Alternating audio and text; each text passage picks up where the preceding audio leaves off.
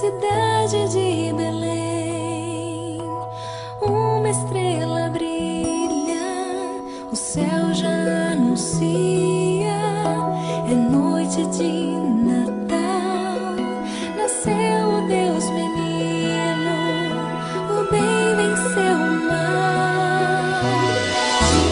Jingle, jingle, os sinos tocam em Belém.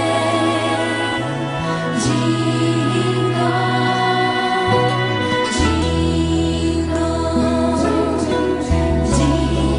jingle,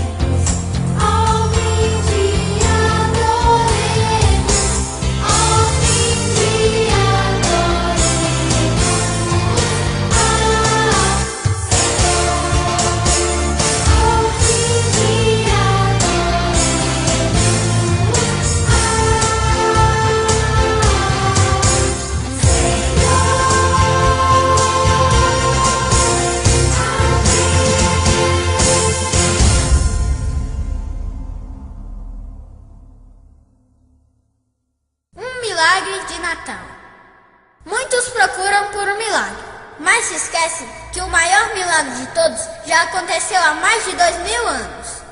Hoje, não queremos que você vá para casa só porque achou tudo muito bonito. Não, nós viemos aqui para lhe trazer uma mensagem de esperança. Esperança em Jesus Cristo, o verdadeiro Natal. Quem sabe você hoje se sinta cansado e oprimido, igual aos israelitas, que em uma determinada época não queriam mais cantar ao Senhor. Se sua situação é essa, aqui vai nossa mensagem para você. Deus preencherá seu vazio e trará de volta a alegria na sua vida quando você simplesmente pedir isso a Ele pela fé. A manjedoura não pode nos trazer esperança. Essa esperança está em Jesus. Então saia daqui hoje com o seu milagre.